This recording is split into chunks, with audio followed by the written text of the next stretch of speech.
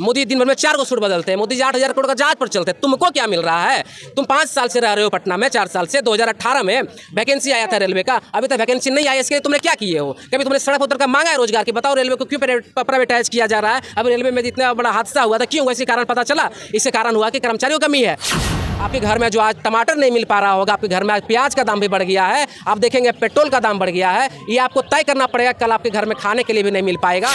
जो बिहार उड़ती चिड़िया को हल्दी लगाता है, तो प्रधानमंत्री जी बिहार आएगा तो उनका भी स्थिति बहुत खराब होने वाला है बिहार। इसलिए लगातार अमित शाह जी दौरा कर रहे हैं, जिनको तड़ीपार कर दिया गया था 2014 का पहले, उनको 2002 में 2 के आसपास।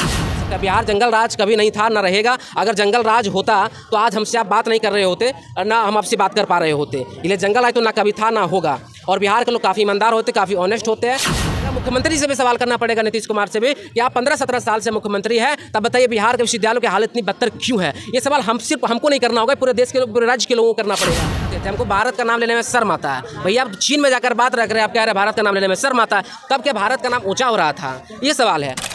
अभी हम उसी बिहार में हैं जहां से राजनीति शुरू होती है और 2024 का चुनाव जो है आने वाला है, और इस पर हम लोगों का राय जानेंगे कि आखिर अगले बार जो है 2024 में किसको प्रधानमंत्री देखना चाहते हैं। अभी हमारे साथ बहुत सारे युवा लोग मौजूद हैं। युवाओं से देश चलता है और कहा जाता है कि युवा जो है जिधर रुख कर देते हैं उधर जो है बड़े बड़े हस्तियां मुड़ जाती है। हमारे साथ बहुत सारे लोग हैं, इनसे बात करेंगे 2024 में किसको प्रधानमंत्री देखना चाहते हैं। देखिए ये सवाल ये आपका गलत है, इसलिए कि प्रधानमंत्री पहले चुनाव होता नहीं है। पार्लियामेंटेरियन इलेक्शन होता है भारत में, ये प्रेसिडेंशियल इलेक्शन नहीं है।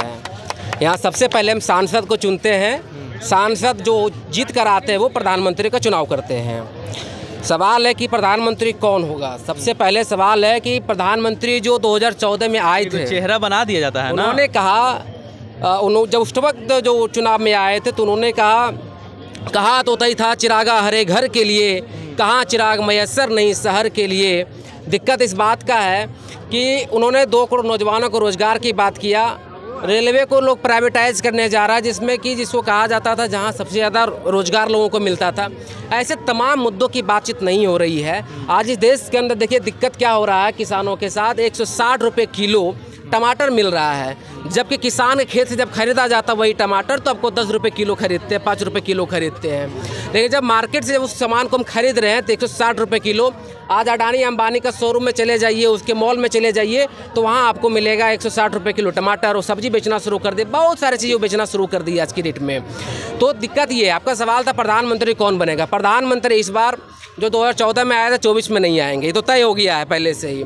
और ये बिहार से एक आगाज़ शुरू हो गया है कि यहाँ के लोग बहुत जागरूक है, बहुत अवेयर हैं, और इस चीज़ को बहुत ध्यान में रखते हुए जिस तरीके से बिहार के साथ सौतेला व्यवहार किया जा रहा है लगातार, जिस तरह से यूनिवर्सिटियों में अभी जो वर्तमान गवर्नर वैसे एक स्वायत्त संस्थान होता है जो कि गवर्नर बहुत दिनों से इन्हीं का चल रहा है।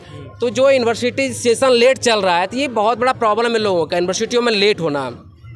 यहाँ का देखिए पूरे देश भर में जो एजुकेशन सिस्टम है, एजुकेशन का जो बजट है, बजट आप जब देखे होंगे 23-24 का बजट में हर एक साल 1%, 2% बजट की कटौती कर दी जाती है। अब लोगों को ये अवेयरनेस नहीं है कि हमारा शिक्षा का जो बजट है उसमें कितना कमी किया जा रहा है। आप देखिए तमाम यूनिवर्सिटी आप देखेंगे पूरे भारत में। अभी प्रधानमंत्री जी एक देश में जाकर भाषण देकर आए थे कि हर 2 मिनट में यूनिवर्सिटी बन रहा है, हर सप्ताह में कॉलेज खुल रहा है ना। तो कॉलेज वो कहाँ खुल रहा है? अगर हर सप्ताह में अगर कॉलेज यूनिवर्सिटी बन रहे हैं तब बताइए। वो बात बताए आपको, रोजगार मांगिएगा तो आपको देशद्रोही बता दिया जाएगा। देखिए दिक्कत इसी चीज़ का है ना, जब आप सवाल आप करेंगे, सत्ता से सवाल जब करेंगे, हम तो पहले आप लोगों को बहुत धन्यवाद करते हैं कि आपके अंदर इतनी जिगरा है कि आप लोग एक यूट्यूब पोर्टल छोटा सा चैनल लेकर आप आए हैं, और इतना समझ आपके अंदर है कि इतनी ताकत लेकर आए हैं कि आप लोगों से बातचीत कर रहे हैं रोजगार पे, बेरोजगारी की समस्या उठा रहे हैं, शिक्षा की समस्या उठा रहे हैं, स्वास्थ्य की समस्या उठा रहे हैं। आप लोग को यहाँ तमाम नौजवानों को धन्यवाद करना चाहिए, क्योंकि ना आज तक उठा रहा है, ना न्यूज़ 18 उठा रहा है, ना न्यूज़ 24 उठा रहा है, ऐसे तमाम जो नेशनल चैनल है कोई नहीं। वो तो दिखा रहा है, वो लोग दिखा रहा है ना कि देश का नाम मोदी जी रोशन कर दिए। अब मोदी जी देश का नाम रोशन कर दे, राहुल गांधी जी देश का नाम बदनाम कर देते हैं। क्योंकि राहुल गांधी जी एक इकोनॉमिस्ट भी हैं, वो एमफिल किए हुए, हार्वर्ड यूनिवर्सिटी से पढ़े हुए हैं। उनके बारे में कौन जानता है? जानता नहीं है राहुल गांधी जी के बारे। राहुल गांधी को एक साजिश के तहत उनको पप्पू बना दिया गया, उनको बोला जाता है पप्पू है वो। दिक्कत इसी चीज़ का है, इस देश के अंदर, हमारे देश के अंदर 70% जो जनसंख्या है भारत का, वो बहुत ही भोला भाला सा है, बहुत सीधा समझ के लोग हैं, बहुत शानदार तरीके से समझ के चीज़ों को लेकर चलते हैं रास्ते में। अभी जो प्रधानमंत्री जी बाहर बिहार में जाकर कई सारे बातें कहकर वो चले आए। इससे पहले 2014 के पहले जिन्होंने जो बात कही थी जाकर उन्होंने क्या कहा था? 2014 के पहले जब जाते थे हमको भारत का नाम लेने में शर्म आता है। भैया आप चीन में जाकर बात रख रहे हैं, आप कह रहे हैं भारत का नाम लेने में शर्म आता है, तब क्या भारत का नाम ऊँचा हो रहा था?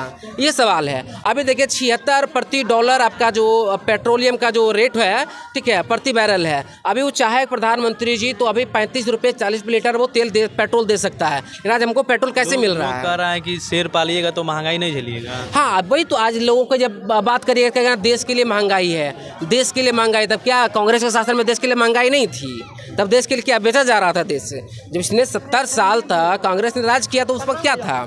दिक्कत इस चीज़ का है कि लोग सवाल करना नहीं चाहते। सवाल बहुत ज़रूरी है लोगों से करना। अब सवाल करेंगे तभी एक बेहतर भविष्य भारत का बना पाएंगे, एक बेहतर लोकतंत्र का निर्माण कर पाएंगे, एक बेहतर, और जो संविधान हमारा बना उसको हम बहुत तरीके से बचा पाएंगे। आज देखिए क्या हो रहा है मणिपुर में, लगभग 2 महीने से जल रहा है मणिपुर। कितना लोग जा रहा है मणिपुर जाने के लिए? मणिपुर में कौन चर्चा कर रहा है? आप जब टीवी स्टूडियो खोलेंगे, हम तो रोज़ खोलते सारा चैनल देखते हैं, कौन डिबेट क्या चीज़ पे करा रहा है। शाम का 6 बजे से लगभग 10 बजे रात तक क्या क्या चैनल पे बातें चल रही है, तो वो कहीं मणिपुर का कोई चर्चा ही नहीं है कि मणिपुर में कुछ हो भी रहा है। पूरा देश के लोग को पता नहीं मणिपुर में क्या हो रहा है। तो वो एक माहौल बनाया जा रहा है बिहार को भी, लेकिन बिहार के लोग तो बहुत अवेयर है, क्योंकि बिहार उड़ती चिड़िया को हल्दी लगाता है। तो प्रधानमंत्री जी बिहार आएगा तो उनका भी स्थिति बहुत खराब होने वाला है बिहार। इसलिए लगातार अमित शाह जी दौरा कर रहे हैं, जिनको तड़ीपार कर दिया गया था 2014 के पहले, उनको 2002 में 2 के आसपास, ठीक है। तड़ीपार का मतलब समझिए, तड़ीपार का मतलब ये होता है कि उस राज्य में आप नहीं रह सकते हैं। उस राज्य से वो चले आए थे बिहार रहने के लिए। उस वक्त सुशील मोदी जी बड़े नेता कहलाते थे, और आज सुशील मोदी जी आज क्या हो गए? लालू जी के पीछे पड़े हुए हैं। जो कुछ भी होगा, सुबह होगा लालू जी, शाम होगा लालू जी, सोएंगे लालू जी।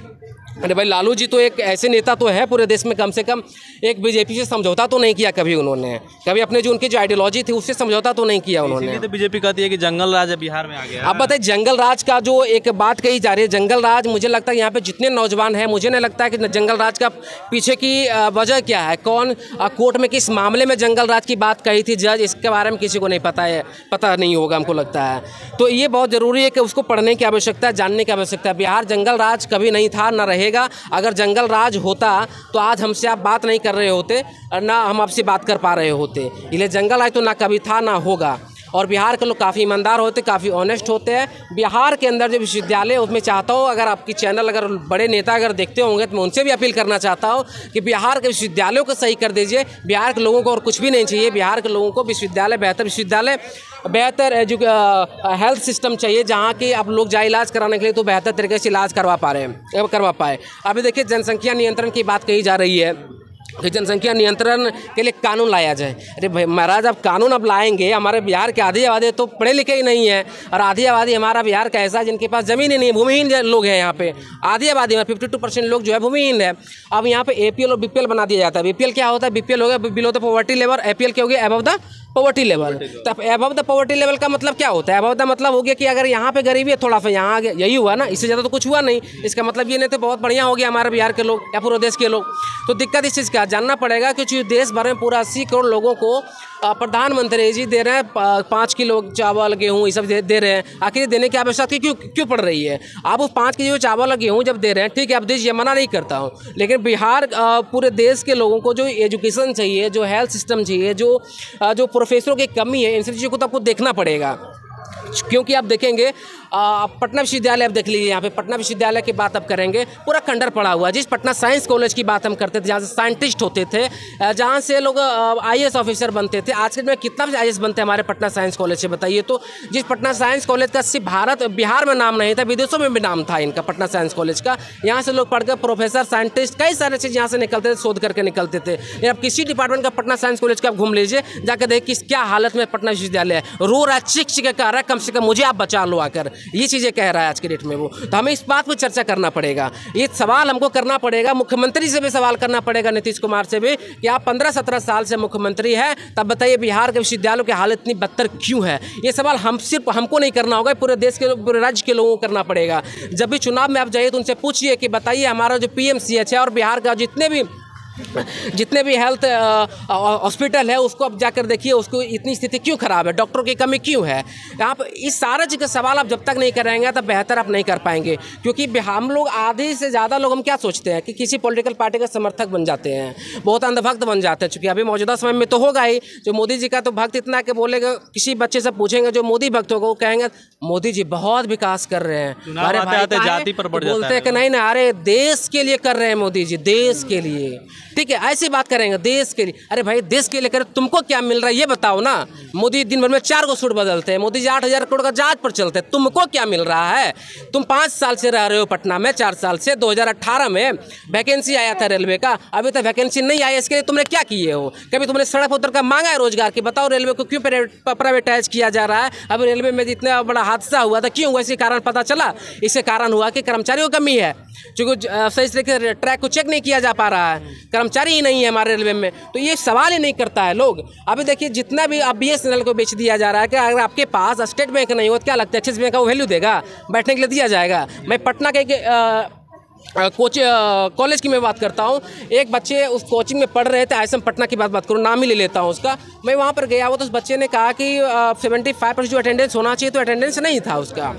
तो वहाँ के टीचर ने उसको 20,000 फाइन कर दिया। मैंने गया था बात करने के लिए एज ए गार्जियन, तो उन्होंने कहा कि आपकी बात यहाँ पे नहीं मानी जाएगी और ये चीज़ हमारा मन है, हमारा कॉलेज है, हम इस चीज़ को करेंगे। तो आप बताइए किस तरीके से आपकी मनमानी किया जाएगा। अगर प्राइवेट कर दिया जाएगा, अगर आप पटना विश्वविद्यालय नहीं होगा तब क्या अमेठी विश्वविद्यालय आपको कभी भी आपको बैठने के लिए जगह नहीं देगा।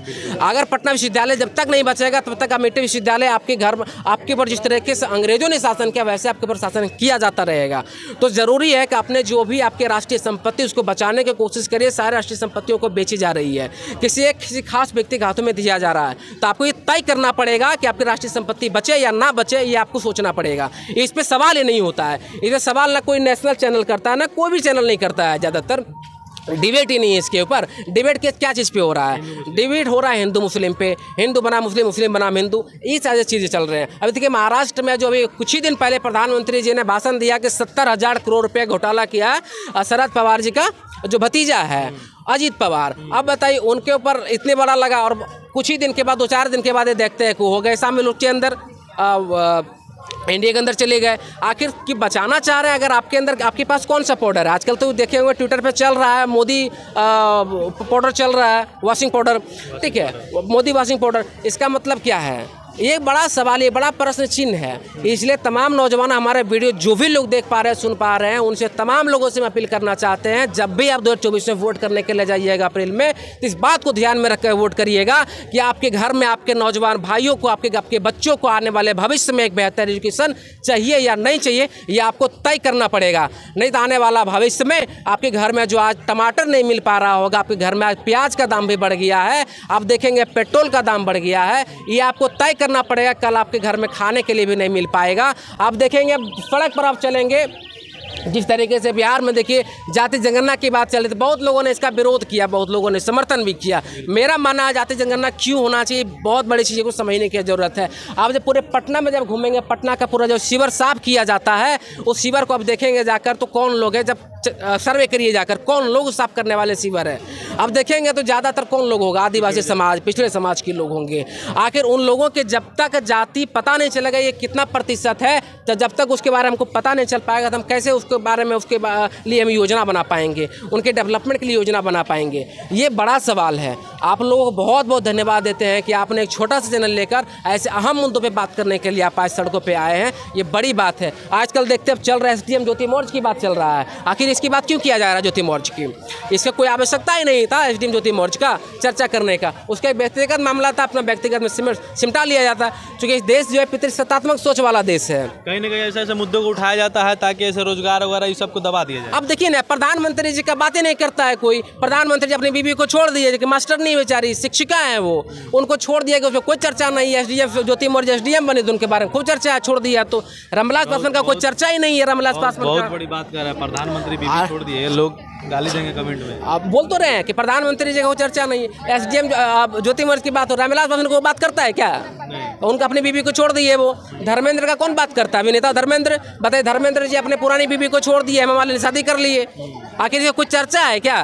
कुछ चर्चा नहीं है। मैंने पुरुष करे तो सही है, महिला करे तो गलत है। अरे भाई हमारा एक चाप का वध नहीं रहने का है, तो सुप्रीम कोर्ट का ऑर्डर है 2018 का।